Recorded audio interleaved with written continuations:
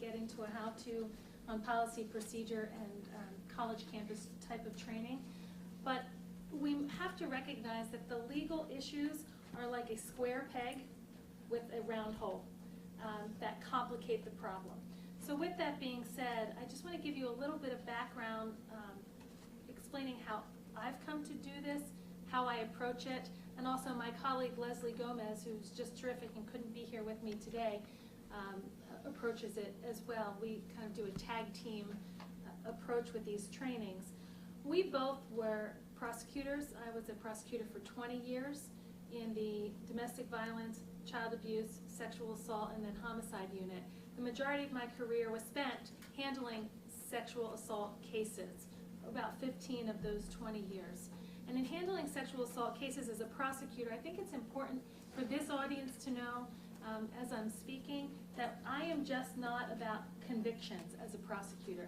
You hear only the convictions and only the cases in the press and in Law and Order and on television, but what prosecutors do is far broader than just prosecuting. We actually conduct investigations in conjunction with detectives. We actually make prosecutorial decisions as to whether to charge or not charge. And I will tell you that the majority of our cases do not get charged. The majority of our cases are cases that we choose not to prosecute either because there's not enough evidence, or it's not worthy of prosecutorial resources, or a complainant does not want to proceed. But prosecutors aren't just about conviction-oriented, hanging them high. So to the extent that you were expecting to hear a only victim-sided discussion, it's going to be much more balanced than that in light of the way I walk and where I come from. In addition to being a prosecutor over all these years, I've also been an educator in the field of multidisciplinary teams, including psychiatrists, psychologists, detectives, social workers, doctors, and other lawyers, prosecutors, and defense attorneys, but also in the college and university setting. For several years, I taught a course called Sex Crimes and the Law, exploring issues around sexual misconduct. So that's the package and the labyrinth of experiences that I bring to this conversation, and I hope to give you some information about what's going on in college campuses from the perspective of the legal issues. I want to start first with a visual meme, and that is our heads are full of children, recognizing that everyone we come from a college campus setting is someone's child. But each of these stories are about young adults, so our heads are full of people. Whatever image you take, I need us to remember that there is a tremendous emotional overlay that we carry with us, that is our real, that plays over and over again. So for those of us that serve, we have to recognize that we carry some emotional component of this. Also, we have to remember why we're doing what we're doing and not lose sight of that. These images come from an artist by the name of Kiki Suarez, and I bought her t-shirts 20 years ago now at one of these conferences. They're still out there if you like these. So what a difference a year makes. Title IX is on the forefront. How many of you, by show of hands in this room, know what Title IX is? Almost everybody. Typically, we've known this to be gender equity in athletics, right? That's how it took the stage in the first place. Title IX has really taken the college campus community by storm since April 4th of 2011, in that it forced colleges and universities to pay attention, and it forced the conversation. It had been around for many years. There was a guidance in 2001, and in 2011, 10 years later, the Department of Education said, by the way, I'm not talking to anyone on college campuses. I'm not even talking to my regional offices. I'm telling you this has been around for 10 years. Here's our guidance, and here's what we want you to do as it relates to sexual misconduct. So the Dear Colleague letter and Title IX that came out in 2011 has really got us on our toes on college campuses. Boards are paying attention. Presidents are paying attention. There have been cases in the press. People have been fired for this, and not just any people, but presidents, general counsels, vice presidents of student affairs, athletic directors, you name it. And then with the onslaught of information around the Penn State situation, we have a great platform to have this conversation. So that is the backdrop publicly of what's happening on college campuses. The national conversation, the things that people are talking about as it relates to implementing programs around sexual misconduct looks like this. Every audience that we go to across the country, we hand out index cards, schools, every type of training that we do, people from OCR that we get to talk to, we ask them, what are your concerns? What are the things that trouble you? What are your challenges in handling the issue of sexual misconduct? And we have a little over 1,000 responses now, and this is what it looks like. I don't know if that's easy to read, but here is a list of the different concerns that people are talking about. Can I handle it? Do I have the capacity to handle it? Do I have the resources to handle it? Do I have the right policies in place? Do our policies say what we really mean? Or do they say something different, but we do it right? How do I implement our processes? What do I do next? How do I put one foot in front of another? What do I say? What documents are attendant to it? How do I report? What kind of training do I need? What kind of training do I have? What kind of competence is on my campus? What do I do when a complainant requests confidentiality in light of my broader obligation to protect the campus community?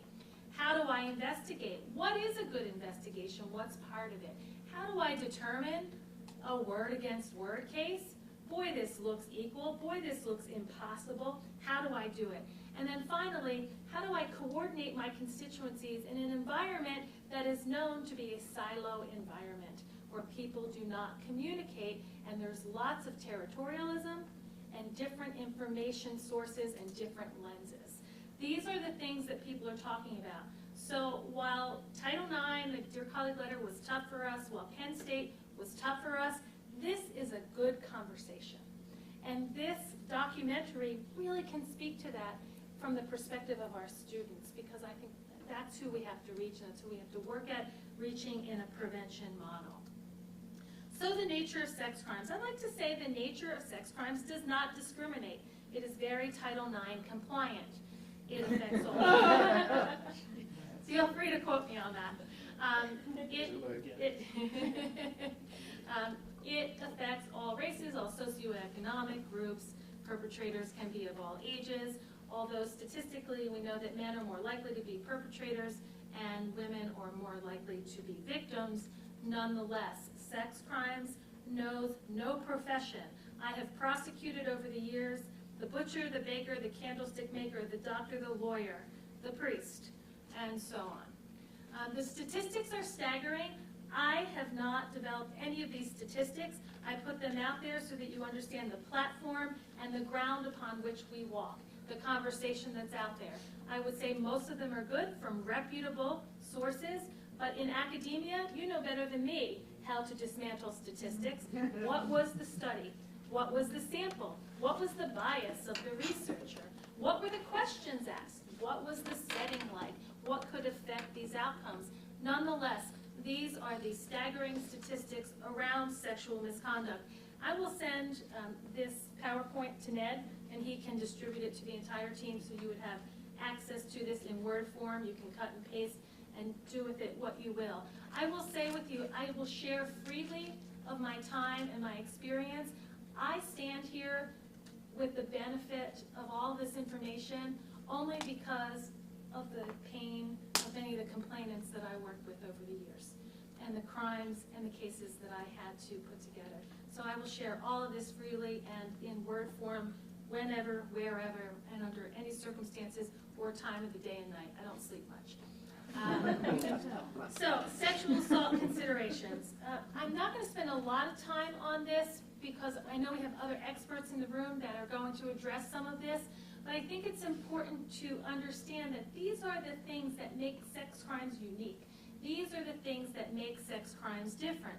The nature of victimization is like a roller coaster ride, up and down, round and round, loop-de-loo. There is no one-size-fits-all, and I think Allison and Abby said it best earlier. There's no one reaction.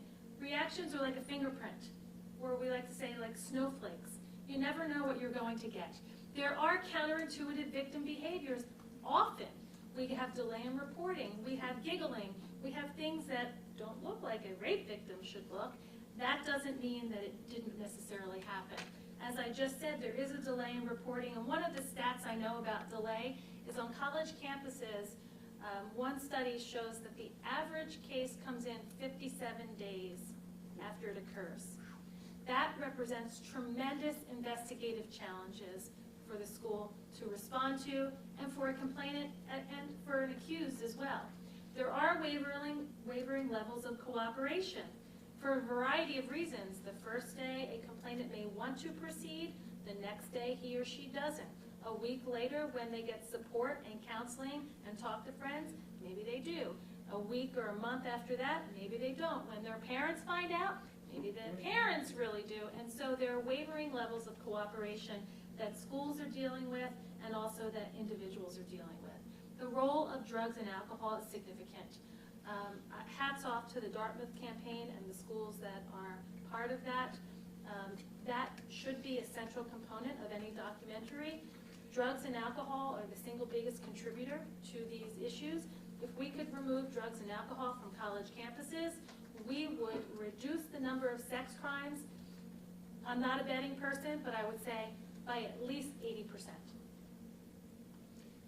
Most sexual assaults, as we know, are committed by someone known to a complainant victim. Most are achieved through threats or intimidation, or just enough movement to exploit vulnerabilities.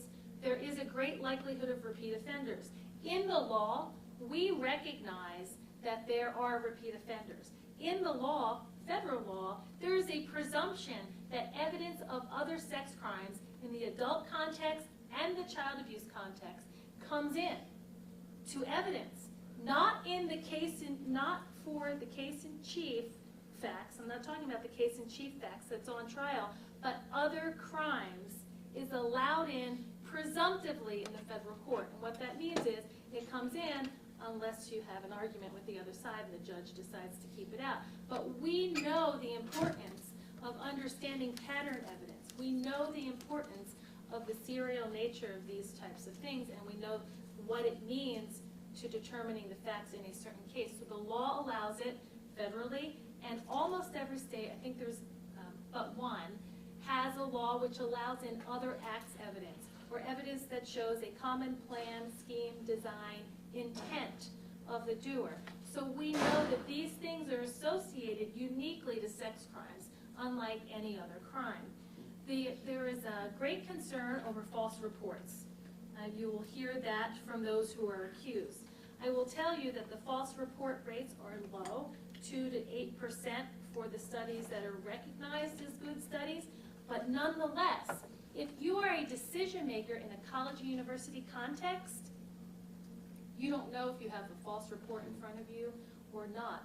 So even though false report rates are low and victimization rates are high and delayed reporting is high, you can't say, oh, because of those statistics, I'm going to err here, because it's more likely that it ends here. It's not a quantitative analysis. In a college context, you have to take every case as it comes to you, and you cannot just punt to the statistics. You have to exercise individual decision-making skills to come to a decision in each and every case, because you don't know if you have the 2% or 8% false report, or the victim who is most likely telling the truth, because most victims tell the truth. You cannot punt to the statistics. It's important to know that they're out there, but those decision makers in college campuses really have to separate the stats from the individual understanding of the facts in front of them. Yes? So if you have a victim and then they determine they do want to prosecute, then now they don't want to prosecute. Right. Right. Is there anything to protect that victim from themselves, as they do in spousal abuse and other kinds of things, saying, for example, in spousal abuse, we come in and the house is a wreck and, I don't know, you're all bleeding, but you say, oh no, I love him and I don't want to prosecute. Now we protect you against yourself. Is there any such thing within the law? So in domestic violence cases that you're referring to, we in Pennsylvania had a law that was put into place quite a few years back, that if the police observed that the house was in disarray and there was immediate evidence of abuse occurring, the police could still arrest even though the complainant said no. Is there something similarly in the context of sexual misconduct in college campuses? The answer is not really, although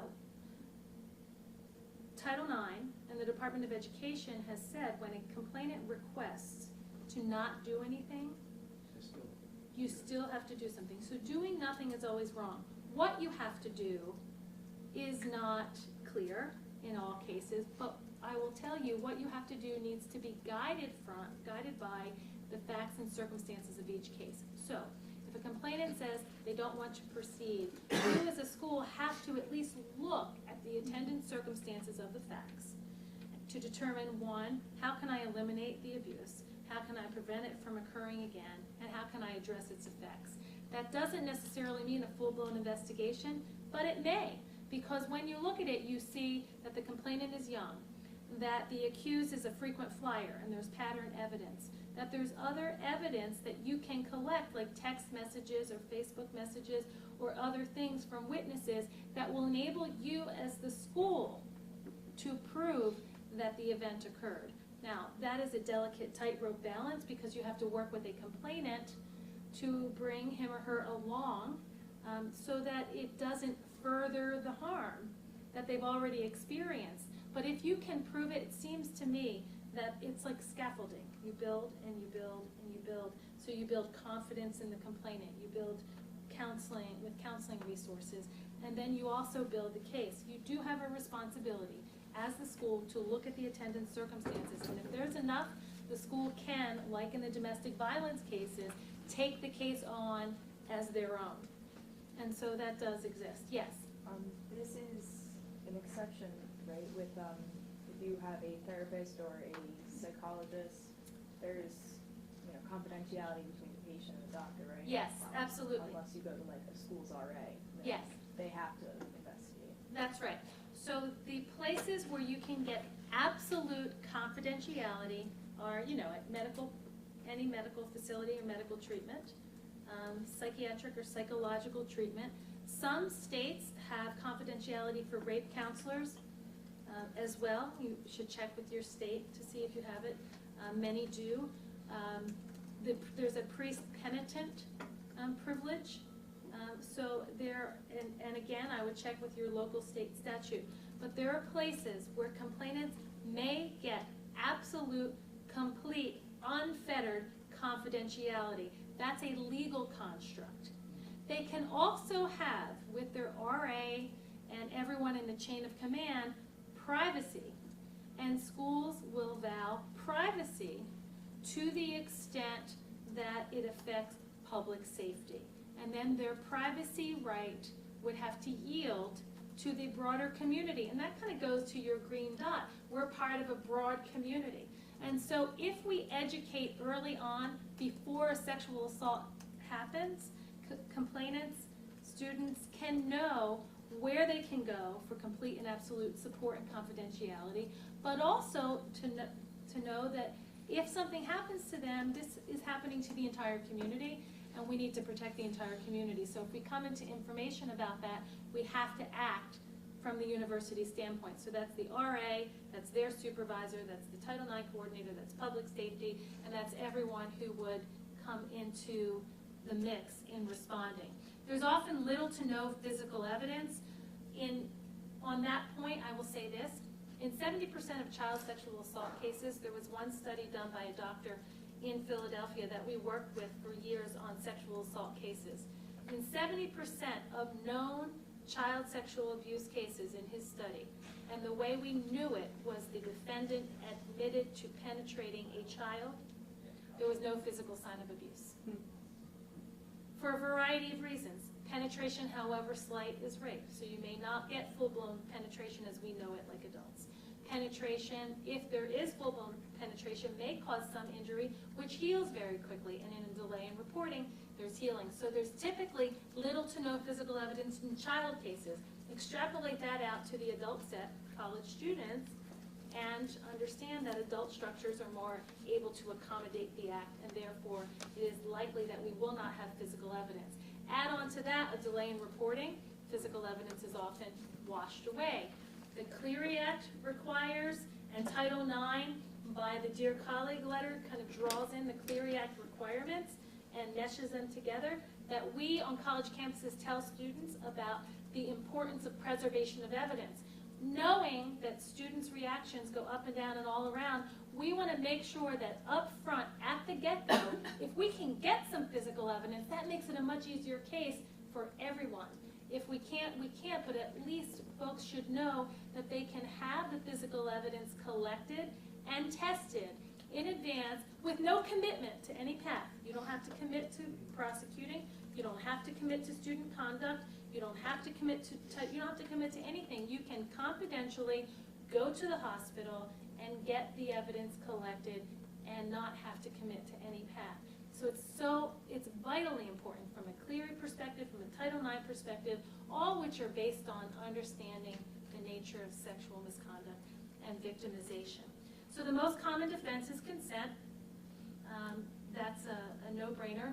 All decisions are based typically in a consent case on credibility, word against word, he said, she said, and finally, we have the inability to completely eliminate this occurrence. Those are the 2-hour sexual assault considerations in 20 minutes or less. But if you want to talk about any of these, I'd be happy to. Here's some more statistics that support the sexual assault considerations. These are for you to chew on after today, and you will get this in an email. Yes? But they're old. These are So were the previous. I mean, when you're doing this kind of business with stats, 2000 is, dinosaur. I agree. I try to get the most. Yeah, I know. We disagree. So what I did was by category. So as you see, I chose the category, and then I looked for stats that address that specific category. And these were the newest ones. And every time I teach the course, I look for the latest studies. So, there's another grant for you, Allison. Because we can collect this data. The Clery stats, can help us maybe, I agree with Gina that the stats are, and with these, this is what the field is using now as the most up-to-date, so it is. Yeah, so, and that's one of the problems. Let's get a grant. Let's call Joe Biden. All right? I have his number here. So most sex assaults lack physical evidence. We've talked about that. Here's the role of alcohol. 80 to 90%, this is a 2005 study, DOJ, NIJ, 80 to 90% of sex assaults on campus are acquaintance rapes and involve drugs or alcohol. Nearly half of America's 5.4 million full-time college students abuse drugs or drink alcohol on binges at least once a month. 90% of campus rapes are alcohol related. Not only do I know about where these stats come from, but I can tell you from my own personal experience, this plays out. Every case that I've had involving young people had some form of drug or alcohol in it. I would say nearly 100%. Sexual assaults are grossly underreported. We know that, and there's some stats for your use. False report statistics I've already discussed with you. So to recap, in the college campus setting, sexual assaults have serious legal, safety, reputational, and financial consequences. There's a tremendously high likelihood of occurrence. It involves a risk of administrative mismanagement. We've got all these different groups vying for a different piece of it. There are investigative challenges, as I've talked about. We have a climate of changing moral standards. I have 5 children. One is a freshman in college. The second is a senior in high school who will be dead if he doesn't graduate by tomorrow. The third is a 14-year-old. Just got recorded in the camera. I confess. I probably would confess anyway, by the way, because it would be cathartic to get it done and talk about it. And then I have one who's 14, and then I have twins who are 12. I will tell you, here's what we're hearing. So what? We get drunk, right? So what? We smoke weed. I can't sing. We're just having fun. I don't care who sees. Living young and wild and free. I mean, it's like the party anthem, right? Higher Than a Mother, right? Like, what's that other song? That Nicki Minaj song? That's what, I mean, we're glorifying that. I mean, I like it. It's got a good beat. You can dance to it. But it's the play, it's the reel to reel in our students' heads. And so how do we separate that? And how do we teach responsible behavior to take it to, it's just a good beat that you can dance to, and not the way you want to sleep and lay to. And so these are the things in our culture. Yes? Honestly, Yes. I mean, having been a college professor for 30 years, Yep.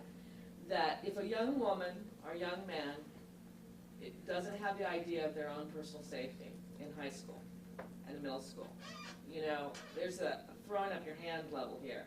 Yep. That, you know, talking only to a university level demographic, and to them is you know, really somewhat late in the game, Right. because their patterns have really been preset in that. You know, they learn about party mistakes in middle school and high school, and they learn about, you know, behaviors. And I can already guarantee you that sexual assaults have already happened in those times. And so, you know, one of the things just sitting here listening today to you all is that, you know, yes, it's the problem because they all congregate and they're put upon the responsibility Right. of a university. Right. But there certainly is a way to look at this previous before they come to the university. And I think that that's fascinating to me, and I would ask all of you what you have done with that, and have you focused on, you know, doing outreach and research with those elements, because It's a tremendous point, and it's a sobering point, because once they're on a trajectory, it's like the growth curve, right? And most of you have, many of you have kids here, yes? You know, they get plotted on the growth curve, and it pretty much, you can see within, you know, a relatively small range where it's going to go. So those patterns are imprinted already. So well, if they're bullied, let's say, in middle school and high school, Right. or if they have made a mistake at a party, Right. and there's the consequences of that, you know, and then those patterns are set up way before they come to a university setting. I agree with that, but I'm not willing to give up hope, and I No, I'm not think- willing to give up hope. I just think that it's staggering to sit here and to listen to this information. And, you know, there's a lot that can be done. But I also say that you know, what do you say to a mayor, you know? Because that's what you're saying to the university president, right? Right, that's right. What do you say to the mayor? I have to change the whole standards of societal that all of these individuals come to on a campus? Yes, Allison, and I forgot your name. Say it again. Keith. Keith. Now, I think too, one thing that, because I've looked at that as well, and we do a transition program. We do high school, we have programs specific to high schools, really specific to the transition from high school to college. And I think one thing that we've seen is, and I've actually in another life I taught high school, is the absence of mom and dad. So even though those bad decisions may have been made, you know, there's a whole commentary on parenting and helicopter parenting and the different roles that parents play now. And, you know, you can drink, but just drink in my basement. As long as all your friends drop your keys in this basket, we're cool. Or if you're going to drink, well, just as long as you're not driving, and the messages. But here, I think, particularly on campus, it's almost, and this is completely, I have no research on this, but there's almost an immediate escalation as soon as they step on at orientation of those behaviors, because it's absent being under mom and dad's roof, whatever kind of parent mom and dad is.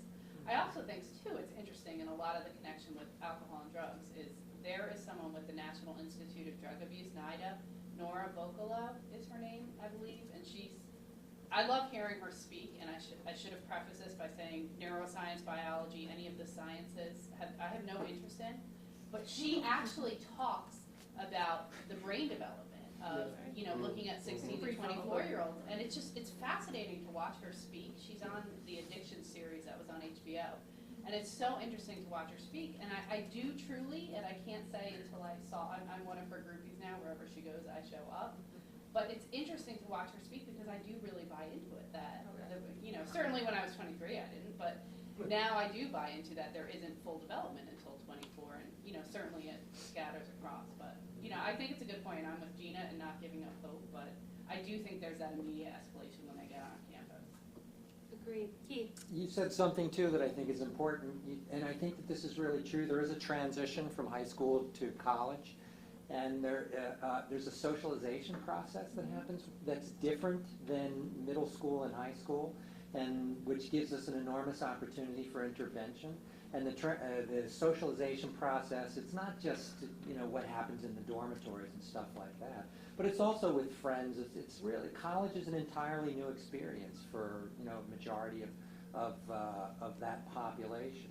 So because there's a lot of newness in that, I think that there is some unique opportunities to be there and to sort of put these messages out, and you know, because that may be the last time we have them. No, I think that's right. Yes, tell me your name again. My name is Laura. Laura, hi. I am wondering if you want to talk a little bit about the question of alcohol, drugs, and consent. Actually, I'm going to get to that. That's one of our legal challenges, so that's a really great jumping off point. Before we leave this slide, I just want to say,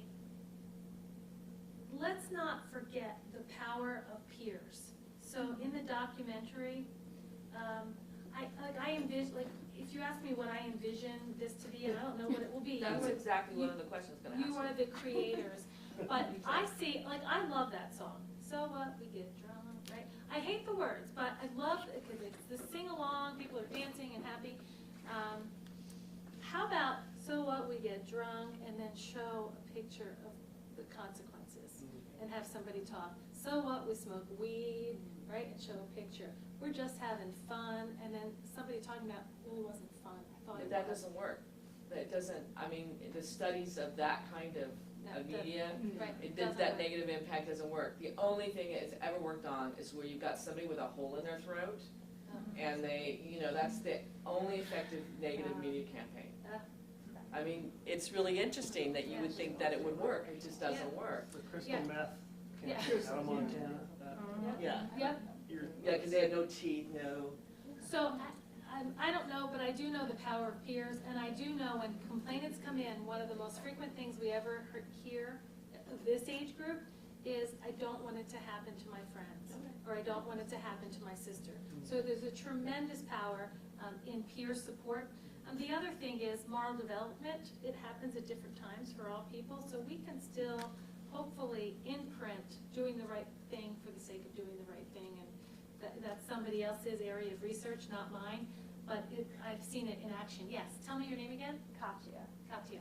I just wanted to say, I completely agree with what Thelma is saying about, you know, it starts early.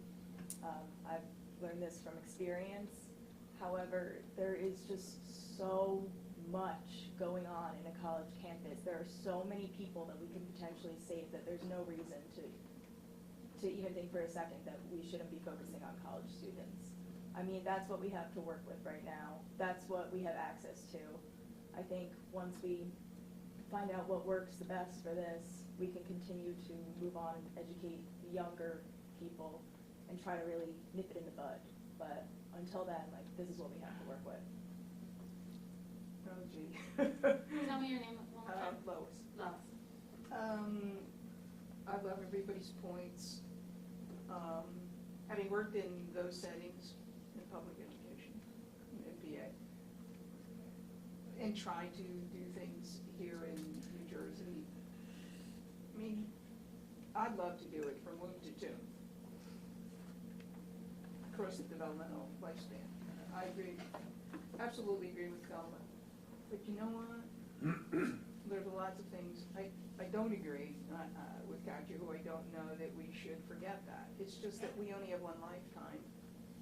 The barriers to doing this kind of work are huge. The fact that Ned, Keith, and everybody were able to do this today is quite remarkable.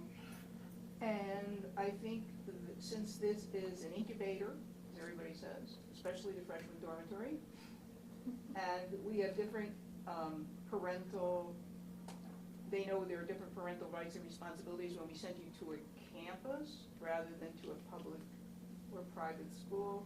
Dealing with the boards of private and public education. Honestly, this is easier. You won't believe it. No, I think that's a great point about this. So let me get through the backdrop. We all have already discussed that it's emotionally charged, it's incendiary, and it's rife with misconceptions, myths, and biases. So it is a perfect storm. I think we've all seen all of these things already here today. This is nothing new.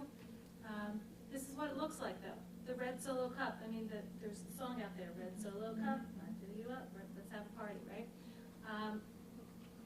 The perfect storm part 2, though, is the rules, the regulations, the laws, the organizational structure of the college community. The fact that it's an educational and academic focus and not a legal system really creates some problems in the implementation, in coordinating constituencies, and also in having the appropriate resources and personnel to do what we need schools to do.